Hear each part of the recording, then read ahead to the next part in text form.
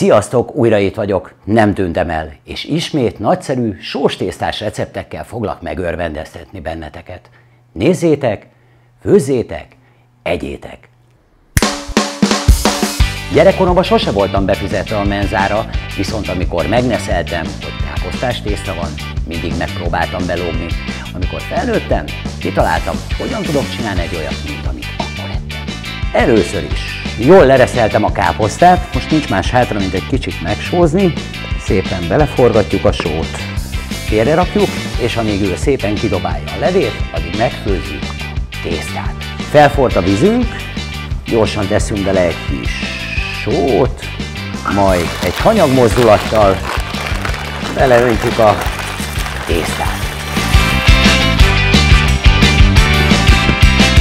És ugye, amit tanultunk, rátesszük a fakanalat, hogy nehogy véletlenül kifusson.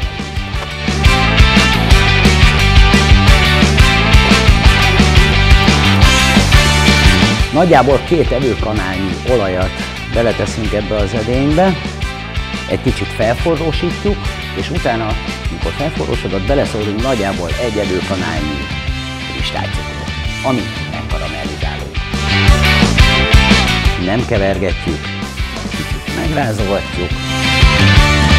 Közben felkészülünk arra, hogy amikor már folyékony a cukor, akkor beletegyük a kicsavart káposztát. Elkezdjük rászórni a káposztát, szétterítjük. Na most ilyenkor jön a lényeg, teszünk bele egy kis őrölt borsot. Hogyha valaki úgy szereti a kaját, mint én, hogy uram, bocsánat, ne talán egy kis porcukorral hinti meg, akkor kevesebbet, aki sósan szereti, az most borsozza meg rendesen. Így. Majd ezután a lecsöpögtetett tésztát hozzáadom. Így. Egy picit összekeverem. Ez egy gyors étel. Nagyjából el is készült. Megtálaljuk, sózzuk, borsozzuk, cukrozzuk, és jó ízűen megfalatozzuk. Nézzétek, főzzétek, egyétek!